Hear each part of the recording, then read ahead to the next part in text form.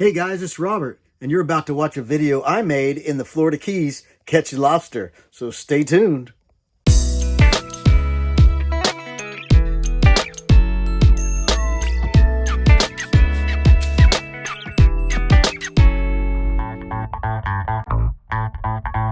Alright, here I am all suited up with my fins, mask, snorkel, and lobster catching gear. We're about to hop in the water and catch some lobsters. Are you ready for this? Let's do it.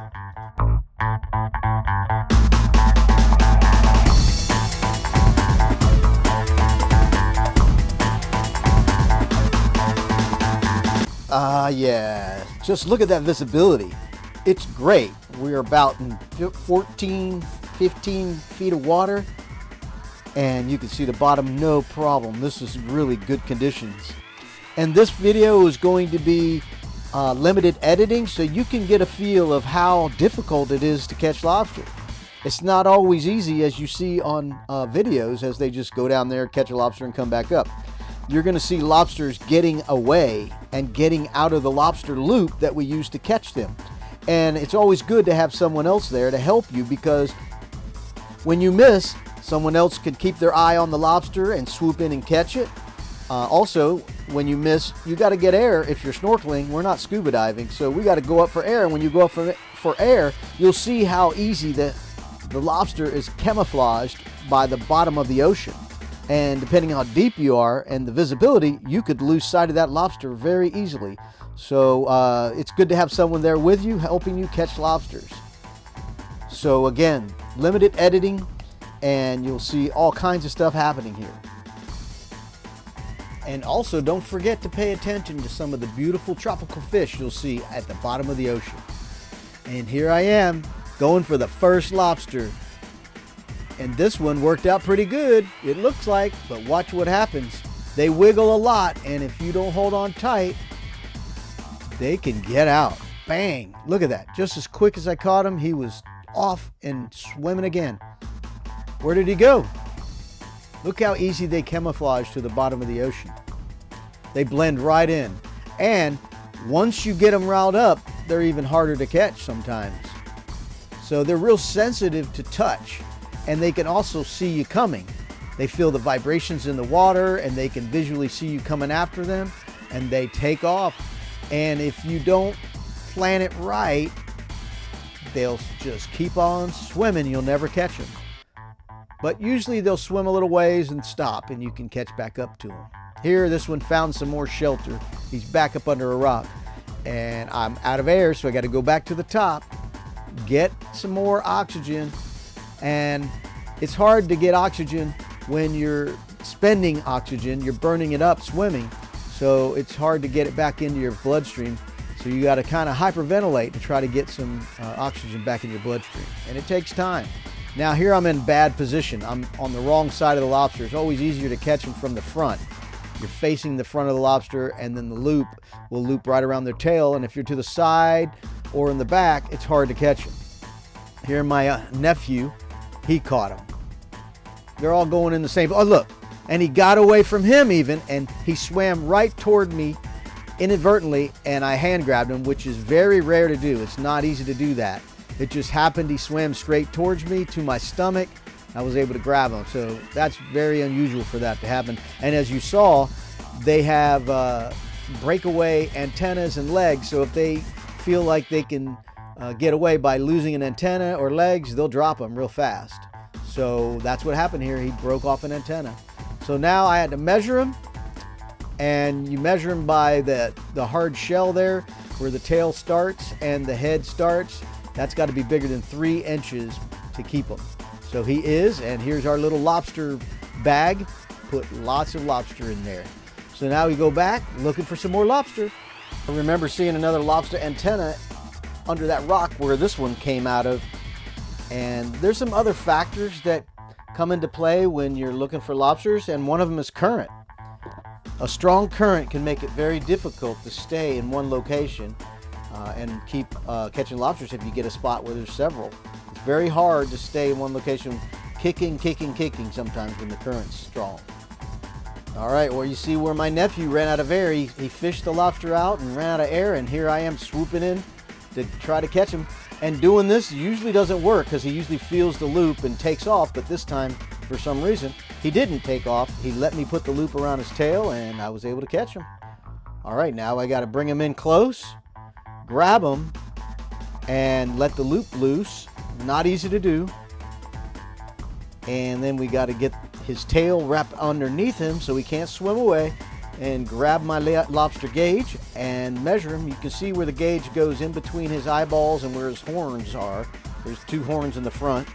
That's where the hard part of his shell starts, and then you measure the length of his carapace, basically his head, back to where the tail starts, and it's got to be bigger than 3 inches, and this guy is, so it's a keeper. So here's some more energy you got to exert to get back to the boat to put the lobster in the lobster bag. Now, you could carry the lobster bag with you, but that's a lot of weight and drag when you're swimming around. So, oh, here's my nephew.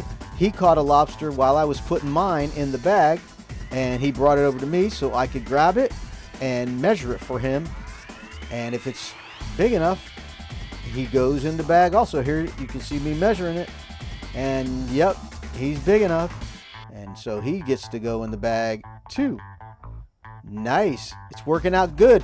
This is some of those times when everything's perfect. The weather's great. The sun's out. The water is good. The visibility's good. We time it by the tides. You know, we try to go out there when the tide is slack and it's not moving, and we don't have to fight the current, and we can catch lobsters and bring them up to the boat. So this is my brother's boat, and it helps a lot to have a boat to get out there to where the lobsters are. And other things you have to be mindful of while you're looking for lobsters under these rocks and coral reef formations is eels.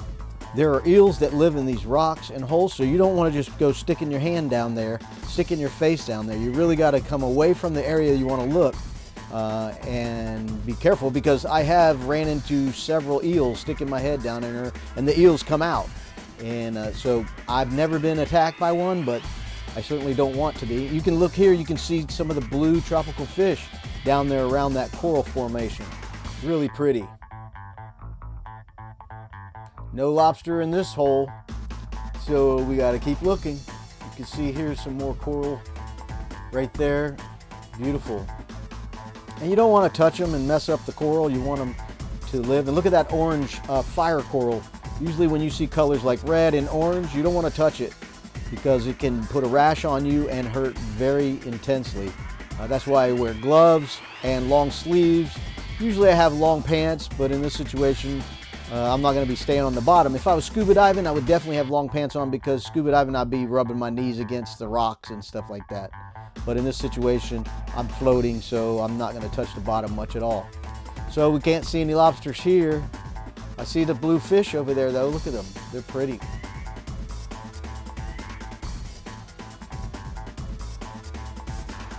Well, you can see here there's several rocks on the bottom, and we'd like to go down there and check and see if there's any lobsters underneath.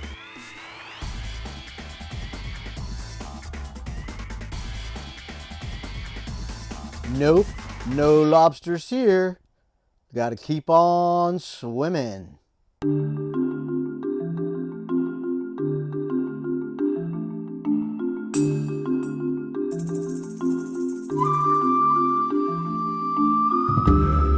And look what we have here. Some antennaed buddies here hiding under the rock.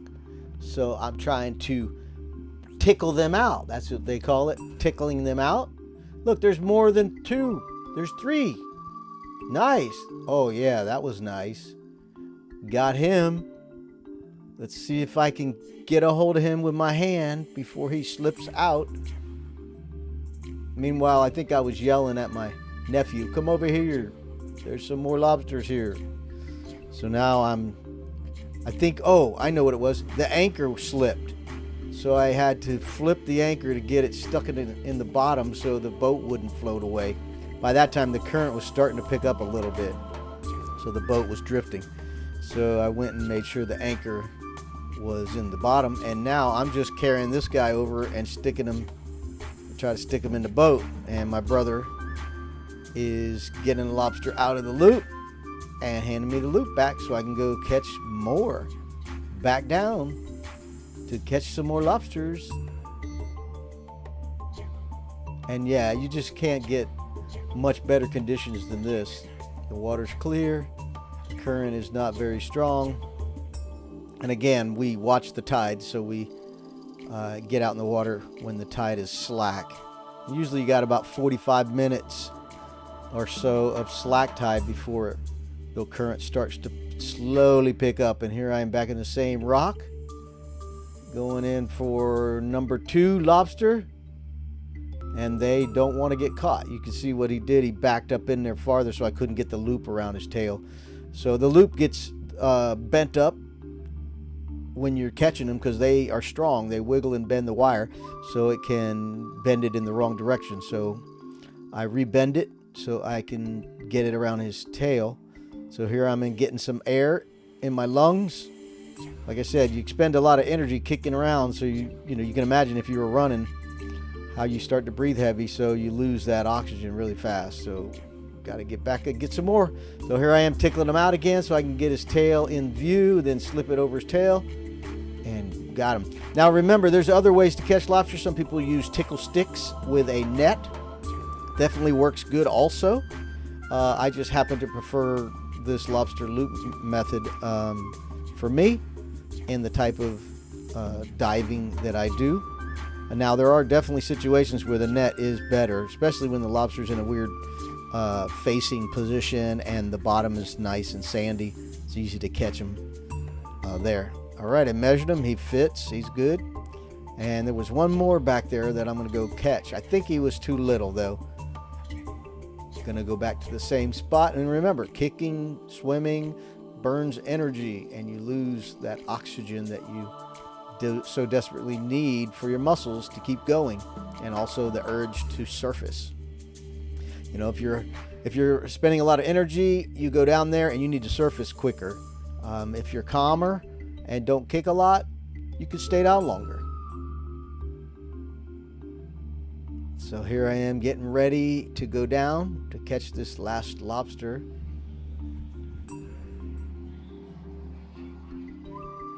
And is he still there? Yep, I see him. Got to tickle him out.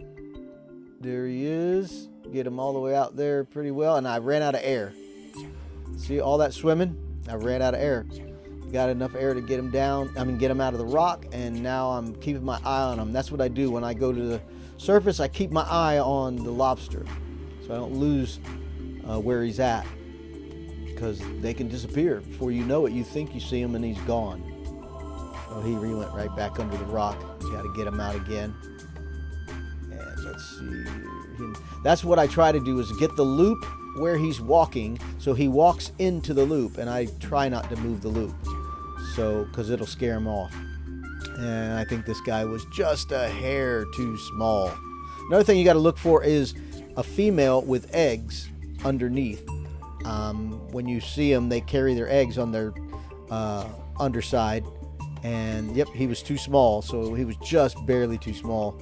And again, you don't want to keep them too small, because it's just not right. And if you get caught, it's a stiff fine, and you could go to jail. So if you look down here, you can see the pretty blue fish down at the bottom swimming around. I slowed the video down so it was really jerky. You couldn't see it very well because I wasn't trying to videotape fish. I was just trying to get some air. So here's the fish swimming around on the bottom. Real pretty. And there also on the top right, you'll see some yellow fish swimming around.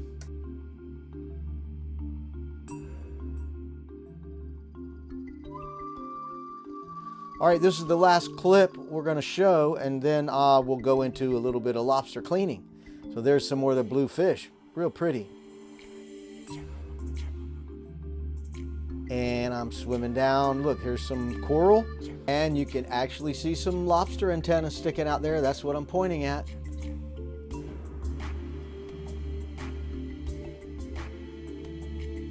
Just look how pretty that water is. All right, here I go. Gonna get them out of the coral and fish them out. And what I'm trying to do is get behind their tail to push them out. And watch how sensitive their tail is. I'm touching his tail and he don't like it, so he takes off. So let's see if I can get behind him. Yo, see? He didn't go into the loop. He didn't want to go in there, so I ran out of air and had to come back up. I'm keeping my eye on him. I see him right there in the center of the screen. And I'm getting some air to come back down after him. See if I can get it done. My loop is a little closed, a little narrow. It's not easy to do when they touch the tail. When the wire touches the tail, they take off. So it's definitely, I'm trying to adjust the wire, the lobster loop, so it doesn't touch his tail. Try to get him around, and sometimes I can turn it sideways. That's what I did here. Yep. Oh, see? He knows what's coming. He sees it happening. He says, I'm not going in that loop. You're going to catch me. So you got to play these. And here comes my nephew. He's going to swoop in there and try to catch him. Nope. He scared him, and now I'm watching him swim away, and so I can keep my eye on him. And sometimes when he goes into the grass and the other sea fans, it can be better because they don't see the loop getting behind them, and they'll go right into the loop. So let's see what happens here. Keep my eye on him. Swoop in. Yep, he's walking backwards. Boom, right into the loop. That's how I like it. His tail was curled under him, so the little fan on his tip of his tail didn't touch the loop. So I was able to loop him and catch him, and he's in my hand now. So now I got to measure him, see if he's big enough. And now we spent so much time chasing that lobster that we got far away from the boat. So I called my brother to bring the boat over because we're pretty tired kicking, going after that lobster. And here he comes bringing the boat to me so I can put the lobster in the bag. Well, that's going to do it for the clips of catching lobsters. And now we're going to cut to cleaning the lobsters. So stick around for that. Here we go. It has to be done underwater. You have to catch them underwater, keep them underwater, and then you try to get them. For me, this is the best position. They're trying to swim around. This is the thing that makes them swim away. So what you do is you cradle it under them, and you get a good grip like that. Now they can't swim away. And then I like this gauge. These are hard to find because it's got this curve. Because what happens is they stick their antenna when you try to get in here. They stick their antenna in the way, and you can't get in. So you stick the measuring device right here, right where their eyeballs are. That's where the start of their hard part is. Stick it right there. And then it needs to be, this can't come down here. It has to be short. So it has to be bigger than 3 inches. This is 3 inches from here to here. So this is called the carapace. And the carapace has to be bigger than 3 inches. That's how you do it, but you got to do that all underwater. You got to hold them underwater while you do that, because then if he's too small, you got to let him go. You have to check and make sure they don't have any eggs. You can get females, you just have to make sure they don't have any eggs. And the eggs were usually right here, and they have an extra, see, these are called swimmerettes. They have an extra row, and then if they have eggs, it'd be all burnt orange, a big patch of fluffiness right here. And then they'll have a tar patch right here that's brown or gray like this. It would be right here like a patch right there. That's how they groom their eggs. This one has molted, just freshly molted. He's really soft. You see how easy I can squeeze him?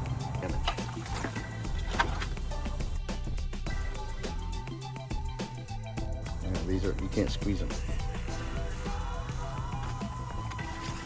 All right, we gotta go clean them.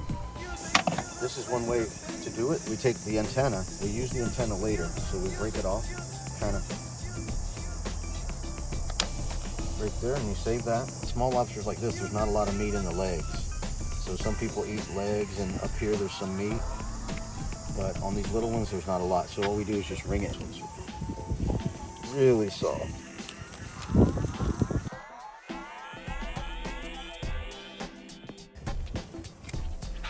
So we take the antenna that was broken off and we stick it in backwards so the barbs are facing outward. So after you ram it in, it catches the dirt vein and you can pull it right out.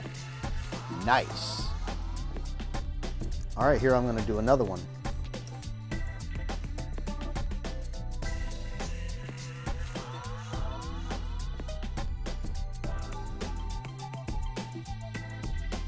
All right, guys, well, that's going to do it for this video on catching lobsters. I added a little bit, you know, at the end on cleaning them.